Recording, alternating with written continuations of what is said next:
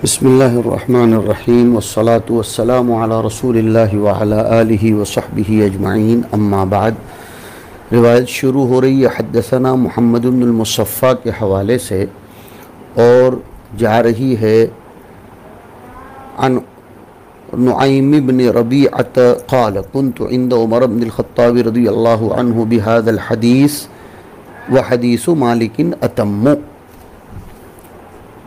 यानी ऊपर वाली रिवायत के हम माना रिवायत है नुअय्म इब्न रबीआ अल अज़दी और अन उमर इब्नुल ख़त्ताब बिहाज़ल हदीस यानी वइद अख़ज़ रब्बुका वाली आयत करीमा की तफसीर में हज़रत उमर इब्न ख़त्ताब से। बस एक बात ज़रूर आपको मालूम होनी चाहिए कि ये जो रिवायत हमारे सामने अभी है मालिक की हदीस वो मुनक़ति है, इसलिए कि मुस्लिम इब्न यसार का सिमा हज़रत उमर से नहीं है बल्कि वो बवास्ते नुअय्म नक़ल करते हैं। अन मुस्लिम इब्न यसार अन नुअय्म इब्न रबीअत वो वाली रिवायत में नुअय्म इब्न यसार रिवायत करते हैं, मुस्लिम इब्न यसार रिवायत करते हैं नुअय्म के वास्ते से हज़रत उमर रज़ी अल्लाह तआला अन्हु तक, और इससे पहले वाली रिवायत में वो वास्ता नहीं है। अन मुस्लिम इब्न यसार अल जुहनी अन्न उमर इब्नुल ख़त्ताब। ज़रा बराबर इसको दोबारा मैं दोहराता हूँ। कल वाले सबक की आखिरी रिवायत में जो अब्दुल्ला अल क़ानबी के हवाले से थी अन मालिकिन, उसमें था अन मुस्लिम इब्न यसार अल जुहनी अन्न उमर इब्नुल ख़त्ताब। वो रिवायत मुनक़ते है इसलिए कि मुस्लिम इब्न यसार का सिमा उमर इब्न ख़त्ताब से नहीं है। और अभी हमारे सामने जो रिवायत है मोहम्मद इब्न मुसफ़्फ़ा की, उसमें उस वास्ते का बाकायदा ज़िक्र है और मुस्लिम इब्न यसार बग़ैर वास्ते के ज़िक्र नहीं कर रहे हैं। उसके बाद की रिवायत है क़ानबी के वास्ते से अन इब्न अब्बासिन अन उबई इब्न कअबिन रिवायतुस सहाबी अनिस सहाबी, और उससे पहले जो अन सईद इब्न जुबैर किबार ताबिईन में से किसी का होना ये भी लतीफ़तुल इस्नाद है, और उबई इब्न कअब ये क़ारी सहाबी है, ये भी एक लतीफ़तुल इस्नाद है। इब्न अब्बास मुक्सिरीन में से हैं और अहले बैत में से हैं, ये सब लताइफ़ुल इस्नाद बनेंगे। क़ाल रसूलुल्लाह सल्लल्लाहु अलैहि वसल्लम अल ग़ुलामुल्लज़ी क़तलहुल ख़दिरु तुबिअ काफ़िरन वलौ आशल अरहक़ अबवैही तुग़यानन व कुफ़रा। जिस बच्चे को हज़रत ख़िज़र ने कत्ल किया था मूसा और ख़िज़र के क़िस्से में, वो पैदाइशी तौर पर काफिर था, ये तकदीर है। अगर वो ज़िंदा रहता तो अपने वालिदैन को अपने कुफ्र और सरकशी कर कर के थका देता। तुबिया काफिरन की ये तावील की गई है ताकि कुल्लु मौलूदिन यूलदु अलल फितरत के ख़िलाफ़ न हो कि वो इस सिफत और हालत के साथ पैदा हुआ था कि अगर ज़िंदा रहा और बड़ा हुआ तो काफिर हो जाएगा। ये दोनों के दरमियान फ़र्क है। तुबिया काफिरन ऐ खुलिक़ अला अन्नहु लौ आश यसीरु काफिरन। ये अल्फाज पर गौर करना, यानी आपको एतराज़ न हो कि वो पैदाइशी काफिर था, वरना तारुज़ होगा कुल्लु मौलूदुन यूलदु अलल फितरत से। पैदा तो हुआ था ईमान पर, लेकिन उसके बारे में लिख दिया जा चुका था कि अगर वो लंबी मुद्दत तक ज़िंदा रहेगा तो काफिर बन जाएगा। यानी कुफ्र उसमें मख्फी था, कामिन छुपा हुआ था, यहाँ तक कि अगर वो ज़िंदा बाकी रहता तो उस कुफ्र को वो ज़ाहिर करता। और जो चीज़ कामिन हो, खफ़ी हो, जब तक मर्तबे ज़ुहूर में न आई हो तब तक उस पर मुआख़ज़ा नहीं होता। जैसे कोई इंसान भेड़िए के बच्चे को पालता पोसता बढ़ाता है, हालांकि वो जानता है कि उसमें इफ्तिरास है, लेकिन अब तक वो इफ्तिरास झपटना, हमला करना उसमें ज़ाहिर नहीं हुआ है, इसलिए उस पर गिरफ्त नहीं होती। हाँ, अगर वो बड़ा हो जाए, इफ्तिरास करने लगे तो फिर मामला अलग है। बस ऐसे ही कुफ्र का मामला भी है, जब तक इजहार कुफ्र नहीं होता तब तक उसकी मुजाजात नहीं होती। आदमी अगर अपने बचपन में किसी चीज़ को जाहिर करे तो उस पर भी पकड़ नहीं होती, एतबार नहीं होता, इसलिए कि शरीयत बचपन में इंसान के अक़वाल को किसी शुमार में नहीं लाती। तो बच्चा तो पैदा होता है अलस्तु बिरब्बिकुम कालू बला वाले अक़ीदे के साथ, अगर वो फितरत ही पर मरा और अंदर की हकीकत उसने जाहिर नहीं की तो उसकी गिरफ्त नहीं की जाएगी। तो इसको समझिए कि तुबिया काफिरन अय खुलिका अला अन्नहु यख्तारुल कुफ्र, इसलिए कुल्लु मौलूदिन युलदु अल फितरत के मुखालिफ नहीं होगा। फितरत से मुराद तो आज बहुत अच्छी तरह सुन लो, कुल्लु मौलूदिन युलदु अल फितरा में अल फितरत से मुराद इस्तिअदादु कबूलिल इस्लाम, और ये मुनाफी नहीं है कि वो अपनी जिबिल्लत के एतबार से शकी हो। मिशकात शरीफ में रिवायत आई है, मन यूलदु काफिरन व यहया काफिरन व यमूतु मोमिनन, वो बात आपको याद रखनी चाहिए। अच्छा, उसके बाद की रिवायत है महमूद इब्न खालिद क़ाल हद्दसना अल-फ़िरयाबी, जा रही है रिवायत उबय इब्न कअब क़ाल समिअतु रसूलल्लाह सल्लल्लाहु अलैहि वसल्लम यक़ूलु फ़ी क़ौलिही तआला व अम्मल ग़ुलाम फ़कान अबवाहु मुमिनैनि व कान तुबिअ यौम तुबिअ काफ़िरन। उसके बाद इस सिलसिले में एक रिवायत तबरानी ने कबीर में नक़ल की है, उसको भी जहन में रखेंगे, अब्दुल्लाह इब्न मसऊद की मरफ़ूअन कि ख़लक़ल्लाहु यहया इब्न ज़करिया फ़ी बत्नि उम्मिही मुमिनन व ख़लक़ फ़िरऔन फ़ी बत्नि उम्मिही काफ़िरन। इसलिए इस्तिअदाद कबूल इस्लाम वाला लफ्ज़ आप ज़रूर याद रखेंगे।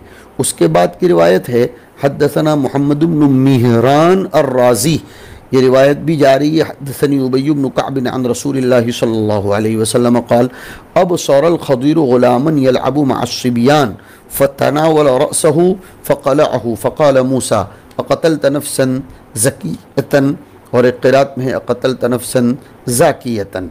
उसके बाद की रिवायत में है हद्दसना हफ्स इब्न उमर अन्नामारी, रिवायत है हद्दसना अब्दुल्लाह इब्न मसऊद क़ाल हद्दसना रसूलुल्लाह सल्लल्लाहु अलैहि वसल्लम वहुव अस्सादिक़ुल मस्दूक़ अन्न ख़ल्क़ अहदिकुम युजमअु फ़ी बत्नि उम्मिही 40 यौमन सुम्मा यकूनु अलक़तन मिस्ल ज़ालिका सुम्मा यकूनु मुज़ग़तन मिस्ल ज़ालिका सुम्मा यबअसुल्लाहु इलैहि मलकन फ़युअमरु बिअरबइ कलिमातिन फ़यक्तुबु रिज़्क़हु व अजलहु व अमलहु सुम्मा यक्तुबु शक़िय्युन औ सईदुन सुम्मा युनफ़ख़ु फ़ीहि अर्रूह फ़इन्न अहदकुम ला यअमलु बिअमलि अहलिल जन्नति हत्ता मा यकूनु बैनहु व बैनहा इल्ला ज़िराउन औ क़ीदु ज़िराइन फ़यस्बिक़ु अलैहिल किताबु फ़यअमलु बिअमलि अहलिन नार फ़यदख़ुलुहा व इन्न अहदकुम ला यअमलु बिअमलि अहलिन नार हत्ता मा यकूनु बैनहु व बैनहा इल्ला ज़िराउन औ क़ीदु ज़िराइन फ़यस्बिक़ु अलैहिल किताबु फ़यअमलु बिअमलि अहलिल जन्नति फ़यदख़ुलुहा।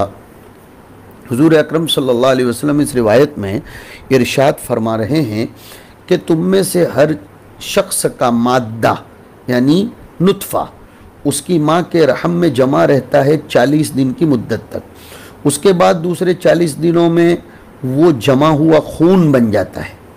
सवाल ये है कि पहले 40 दिनों में नुत्फ़ा ही रहा, क्या उसमें कोई तग़य्युर ही नहीं आता?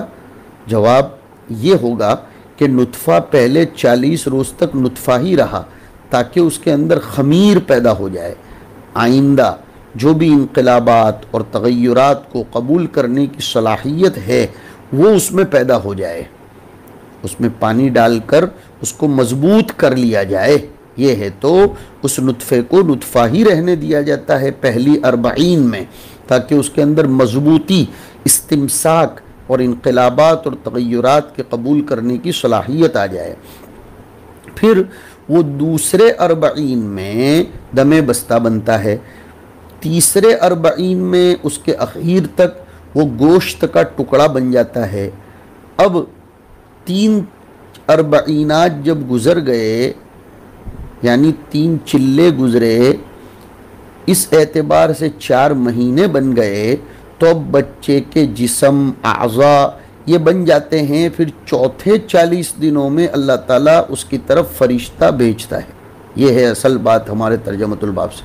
जो 4 बातें उसके बारे में लिखता है, उसकी रोज़ी, उसकी ज़िंदगी यानी वो कितनी मुद्दत जिएगा, नंबर 3 उसके आमाल, नंबर 4 वो बदबख्त होगा या नेक बख्त, और इसी में फिर रूह फूंकी जाती है। उलमाए किराम फरमाते हैं कि चौथे चिल्ले में 10 दिन गुजरने पर जब वो 4 महीने 10 दिन का हो जाता है, उस वक्त उसके अंदर रूह फूंकी जाती है। चौथे चिल्ले में फरिश्ते के भेजने का मतलब, भेजने से मुराद अम्र है, यानी उसको ये हुक्म होता है कि ऐसा करे, क्योंकि फरिश्ता तो पहले से वहाँ मौजूद है, इसलिए कि वो हमल की हिफाजत करता है। फरिश्ता पहले से वहाँ मौजूद है, जी हाँ, हमल की हिफाजत करता है। और बाज़ ने हदीस को उसके ज़ाहिर पर रख दिया कि मुमकिन है ये चीज़ें लिखने वाला कोई दूसरा फरिश्ता हो जो ख़ास तौर पर इसी काम के लिए मामूर व मुकल्लफ हो। फिर आगे हदीस में फरमाते हैं कि बाज़ लोग शुरू में जन्नती आमाल करते हैं, लेकिन जब उनके और मौत के दरमियान सिर्फ एक हाथ के बराबर फासला होता है तो फिर अल्लाह की लिखी हुई तकदीर गालिब आती है और वो जहन्नमियों के अमल करने लगता है और फिर उसी में दाखिल हो जाता है। और बास का हाल उसके बरअक्स होता है कि आखिर तक जहन्नमियों के अमल करता है और जब एक हाथ के बराबर ज़िंदगी बाकी रह जाती है तो तकदीर और नविश्त खुदाबंदी उस पर गालिब आती है और जन्नतियों वाले आमाल में लग जाता है, फिर उसी में वो दाखिल हो जाता है। ये सब तहव्वुलात अरबईन में होते हैं। अब कभी मुशाहदा इसके खिलाफ भी होता है। जवाब यह है कि हर एक तगय्युर का एक अरबईन में होना अक्सर मुद्दत हमल की सूरत में होता है। सिर्फ एक अरबईन वाली रिवायत अक़ल्ले मुद्दत हमल पर महमूल की जाए और बाकी रिवायात को इन दोनों मुद्दतों के दरमियान पर महमूल कर लिया जाए। ये तारुज़ के दफ़क़िये की बेहतरीन शक्ल है, यानी इख्तिलाफ़ रिवायात का मबना इख्तिलाफ़ मुदद हमल है। कुछ मौलूद 6 महीने में ही पैदा हो जाते हैं, कुछ मौलूद 2 साल में पैदा होते हैं। यानी बहुत से बच्चों के बारे में तुमने सुना होगा कि 9 महीने हो गए फिर भी पैदा नहीं हो रहा है। कुछ बच्चे क़ब्ल अज़ वक्त पैदा हो जाते हैं, उनको पेटी में रखना पड़ता है वग़ैरह।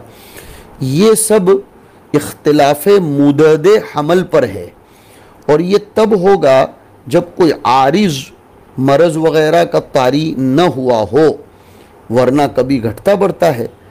लिहाजा तजर्बात अतिब्बा को लेकर रिवायात पर एतराज़ न हो और रिवायात के मुक्तज़ा पर भी एतराज़ न हो। युजमउ फ़ी बत्नी उम्मिही 40 यौमन, यानी वो जैसा था बग़ैर उसके खल्क़ के तग़य्युर के दूसरी सूरत की तरफ चला जाता है। अब जिन रिवायात में अक़ल मुद्दत आई है, यहाँ तक कि तमाम तकव्वुनात को चिल्ले चिल्ले में उससे कम में बतलाया गया है और 4 महीने की निस्बत सनतैन की तरफ करना ये करीब है, 40 की निस्बत 18 महीने तक करने की जो मिक़दार तकव्वुनात में से है। शहर तासे में बच्चा ज़ू हयात बन जाता है। उसके बाद की एक रिवायत है नबी करीम सल्लल्लाहु ताला अलैहि व आलिहि वसल्लम की,